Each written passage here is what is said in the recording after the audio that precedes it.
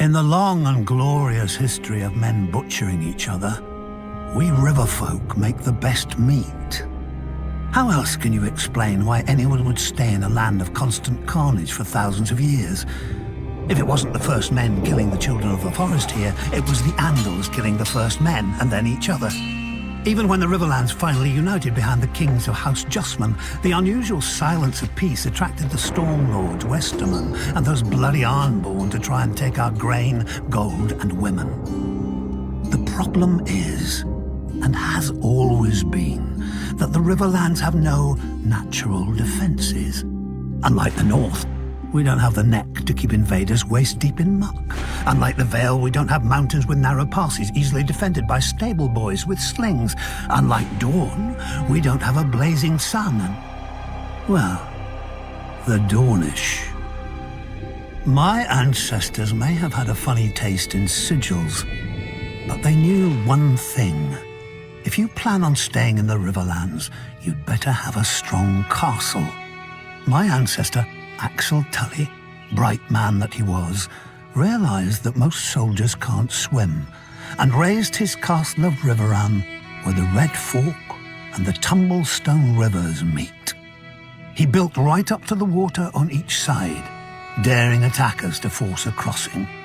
If they wore armor, they'd drown. If they didn't, our archers would feather them from the battlements as they paddled. An army could still assault Riverrun from the west, however, so my ancestors dug a wide moat along our western wall, connecting the rivers on either side of the castle. When any would-be conquerors showed up, we opened a series of gates and flooded the moat, transforming Riverrun into an island fortress with enough stores to last years. As the invaders starved in their camps, they'd watch us fish off our walls, just for variety. And because we were bored, eventually they all skulked home. In the 1,000 years that Riverrun has stood, not once has it been taken by force. It's a proper castle. You want it? You have to marry into it. Even the damned Freys knew that much. Up-jumped toll collectors living on a bridge instead of beneath it like the rest of their kind. But finally, a Lord of the Crossing passed off one of his brood to his liege lord, House Tully, my nephew Edmure. People say Lord Walder arranged the Red Wedding to punish Robb Stark. I say he did it just as much to steal Riverrun. They've always envied our castle. Maybe they think two rivers can wash off the filth that coats them. They'll never know.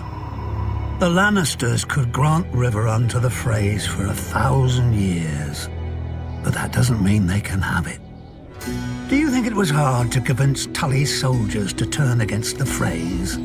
Do you think we won't enjoy watching them simper as winter bears down on their pitiful camp? I even carved a new fishing rod for the occasion. When the starving Freys look up at our walls, we'll wave our trouts at them.